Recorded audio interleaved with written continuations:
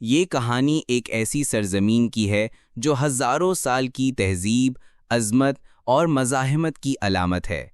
ایک ایسا ملک جو کبھی دنیا کی سب سے بڑی سلطنتوں کا مرکز رہا اور آج بھی عالمی سیاست میں اپنی ایک انوکھی جگہ رکھتا ہے۔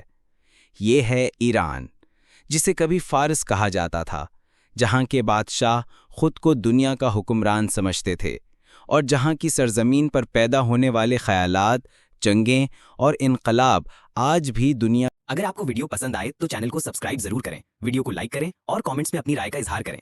تیز ٹی وی، جہاں بات بھی تیز اور سوچ بھی تیز۔ وقت کا پہیہ ہزاروں سال پیچھے لے جائیں تو ہمیں ایک شاندار تہذیب دکھائی دیتی ہے۔ ہخامنشی سلطنت، جسے سائرس دی گریٹ اور داریوش جیسے بادشاہوں نے بنایا۔ ان کے زیر سایہ سلطنت فارس دنیا کے 3 بر اعظموں پر پھیلی ہوئی تھی۔ اس دور میں ایران نہ صرف فوجی طاقت تھا بلکہ ثقافتی اور علمی مرکز بھی۔ لیکن تاریخ کا ایک اصول ہے، کوئی سلطنت ہمیشہ نہیں رہتی۔ یونانی، عرب، منگول، تیموری سب یہاں آئے اور گئے، لیکن اس خطے کی پہچان کبھی مٹ نہ سکی۔ 19ویں صدی میں ایران کمزور پڑنے لگا۔ برطانیہ اور روس نے یہاں بھی اپنی سیاسی اور معاشی مداخلت شروع کر دی۔ تیل کی دریافت نے ایران کی اہمیت کئی گنا بڑھا دی، لیکن اس کا فائدہ زیادہ تر غیر ملکی کمپنیوں نے اٹھایا۔ 20ویں صدی کے آغاز میں پہلوی خاندان نے اقتدار سنبھالا۔ رضا شاہ پہلوی نے مغربی طرز پر اصلاحات کیں، عورتوں کو پردہ اتارنے پر مجبور کیا اور مذہبی طبقے کو پیچھے دھکیلنے کی کوشش کی۔ ان کے بیٹے محمد رضا پہلوی کے دور میں ایران امریکہ اور مغربی طاقتوں کا قریبی اتحادی بن گیا، لیکن اس کے ساتھ ہی عوام میں یہ احساس بھی بڑھتا گیا کہ حکومت عوام سے دور اور مغربی ایجنڈے کے قریب ہو گئی ہے۔ 1953 میں ایران کے سیاست میں ایک بڑا موڑ آیا۔ وزیر اعظم محمد مصدق نے ملک کے تیل کو قومی تحویل میں لینے کا اعلان کیا۔ یہ بات برطانیہ اور امریکہ کو برداشت نہ ہوئی۔ CIA اور MI6 نے ایک خفیہ آپریشن کے ذریعے مصدق کی حکومت کا تختہ الٹ گیا اور شاہ کو دوبارہ مکمل طاقت دے دی گئی۔ یہ واقعہ ایرانی عوام کے دل میں مغرب کے خلاف نفرت کا بیج بو گیا۔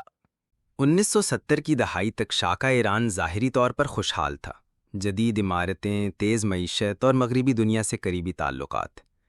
لیکن پس پردہ عوام کی بڑی تعداد غربت میں جی رہی تھی اور مذہبی حلقے شاہ کی مغربی پالیسیوں سے ناراض تھے۔ پھر آیا 1979، وہ سال جب ایران میں صدی کا سب سے بڑا انقلاب آیا۔ آیت اللہ خمینی کی قیادت میں عوام سڑکوں پہ نکل آئے۔ شاہ کو ملک چھوڑنا پڑا اور ایران ایک اسلامی جمہوریہ بن گیا۔ اس انقلاب نے نہ صرف ایران بلکہ پورے مشرق وسطیٰ کی سیاست بدلی۔ انقلاب کے فوراً بعد ایران کو ایک اور امتحان کا سامنا پڑا۔ 1980 میں عراق نے ایران پر حملہ کر دیا۔ صدام حسین نے سوچا کہ نیا ایران ابھی کمزور ہے، لیکن 8 سالہ ایران عراق جنگ میں ایران نے ناقابل یقین مزاحمت دکھائی۔ لاکھوں جانیں گئیں، شہر ویران ہوئے، لیکن ایران ٹوٹا نہیں۔ اس جنگ نے ایرانی قوم کو ایک نئی شناخت دی، مزاحمت اور خود انحصاری۔ انقلاب کے بعد ایران اور امریکہ کے تعلقات مسلسل کشیدہ رہے۔ تہران میں امریکی سفارت خانے پر قبضہ اور 52 امریکی یرغمالیوں کا بحران دونوں ممالک کے درمیان دشمنی کو گہرا کر دیا۔ امریکہ نے ایران پر معاشی پابندیاں لگائیں اور وقت کے ساتھ یہ پابندیاں سخت سے سخت تر ہوتی گئیں۔ ایران کی سیاست ایک منفرد نظام پر چلتی ہے۔ بظاہر یہ ایک جمہوری ملک ہے جہاں صدر اور پارلیمنٹ کا انتخاب عوام کرتے ہیں، لیکن اصل طاقت سپریم لیڈر کے پاس ہوتی ہے، جو فوج، عدلیہ، میڈیا اور اہم پالیسیوں پر مکمل کنٹرول رکھتے ہیں۔ آیت اللہ خمینی کے بعد آیت اللہ خامنئی اس منصب پر فائز ہیں اور وہ 3 دہائیوں سے زائد عرصے سے ایران کی سمت متعین کر رہے ہیں۔ ایران کی ایک بڑی طاقت اس کی نظریاتی اور فوجی پالیسی ہے۔ پاسداران انقلاب یہ وہ فورس ہے جو صرف فوجی نہیں بلکہ سیاسی اور معاشی شعبوں میں بھی اثر رکھتی ہے۔ ایران نے اپنی فوجی حکمت عملی میں روایتی جنگ کے بجائے غیر روایتی حربوں پر زور دیا۔ یہی وجہ ہے کہ لبنان میں حزب اللہ، یمن میں حوثی، عراق میں شیعہ ملیشیا اور شام میں اسد حکومت سب ایران کے اتحادی ہیں۔ یہ نیٹ ورک ایران کو خطے میں ایک بڑا پلیئر بناتا ہے۔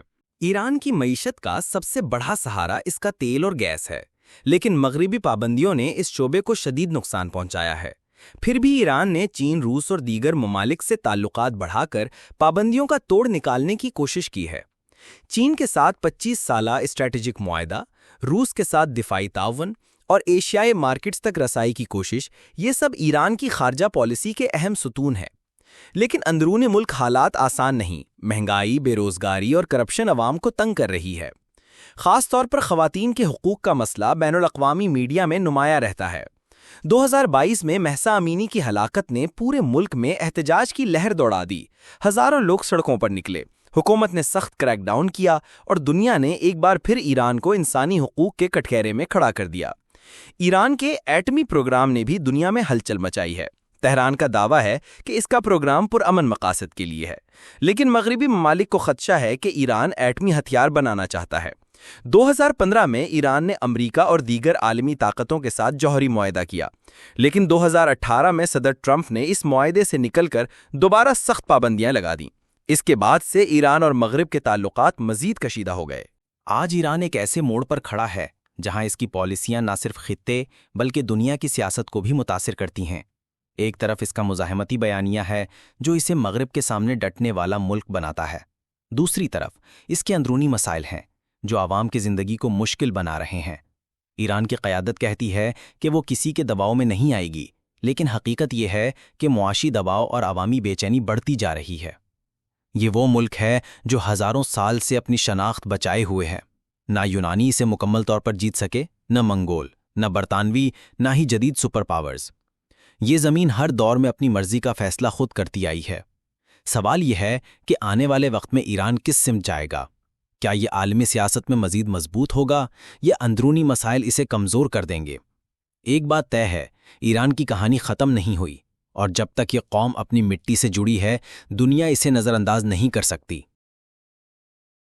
لیکن کہانی کا اگلا باب شاید پہلے سے بھی زیادہ پیچیدہ ہے، کیونکہ ایران اب ایسے دور میں داخل ہو رہا ہے جہاں ہر فیصلہ نہ صرف اس کے مستقبل بلکہ پورے خطے کی قسمت بدل سکتا ہے۔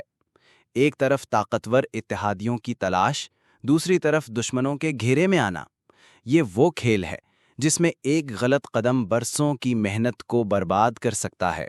ایران کے حکمران جانتے ہیں کہ دنیا تیزی سے بدل رہی ہے، مشرق وسطیٰ میں نئے اتحاد بن رہے ہیں، پرانے دشمن ایک دوسرے کے قریب آ رہے ہیں اور عالمی معیشت کا مرکز مشرق کی طرف جھک رہا ہے۔ ایسے میں ایران کی پالیسی دو دھاری تلوار کی طرح ہے، ایک دھار جو اسے مضبوط بناتی ہے اور دوسری دھار جو غلطی کی صورت میں اسے زخمی کر سکتی ہے۔ چین کے ساتھ اسٹریٹجک معاہدے نے ایران کو ایک نیا سہارا دیا ہے۔ اربوں ڈالر کی سرمایہ کاری، توانائی کے منصوبے اور بنیادی ڈھانچے کی تعمیر، یہ سب ایران کو مغربی پابندیوں کے باوجود سانس لینے کا موقع دے رہے ہیں۔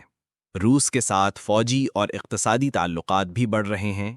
خاص طور پر یوکرین جنگ کے بعد روس کو ایرانی ڈرونز اور اسلحے کی ضرورت نے دونوں کو قریب کر دیا ہے۔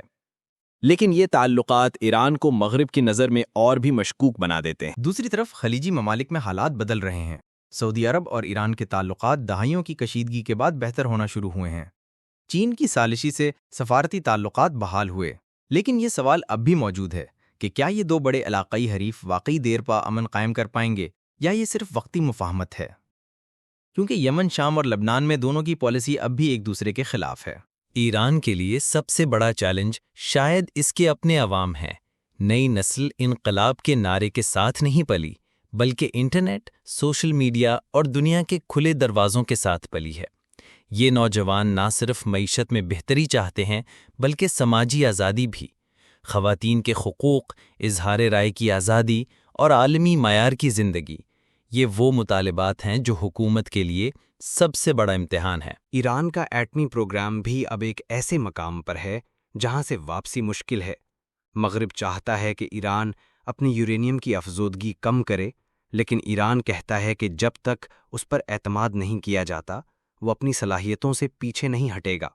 یہ کھیل خطرناک ہے کیونکہ ایک غلط فہمی یا ایک اچانک واقعہ پورے خطے کو جنگ کی طرف دھکیل سکتا ہے۔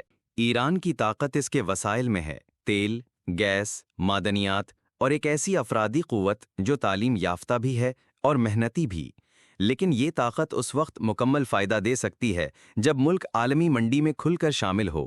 اگر پابندیاں ختم ہو جائیں تو ایران مشرق وسطیٰ کی سب سے بڑی معیشت بننے کی صلاحیت رکھتا ہے، لیکن اس کے لیے سیاسی لچک، عالمی اعتماد اور اندرونی اصلاحات ضروری ہیں۔ شاید آنے والے برسوں میں ایران کو یہ فیصلہ کرنا ہوگا کہ وہ اپنی موجودہ پالیسی پر قائم رہ کر صرف مزاحمت کی علامت بننا چاہتا ہے یا دنیا کے ساتھ چل کر ایک ایسی طاقت بننا چاہتا ہے جو ترقی اور اثر و رسوخ دونوں میں آگے ہو۔